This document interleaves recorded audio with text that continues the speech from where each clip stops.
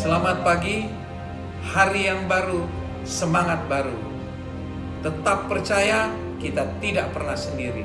Tidak ada persoalan yang tidak bisa diselesaikan. Hanya satu hal yang diperlukan, percaya mujizat kasih-Nya tetap ada. Kita tidak pernah sendiri. Selamat pagi saudara-saudara. Mari bersyukur, bangun sehat, ada sarapan yang memenuhi syarat.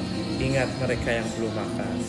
Satu yang terpenting adalah jangan punya iri hati, jangan punya dengki, jangan suka membenci orang.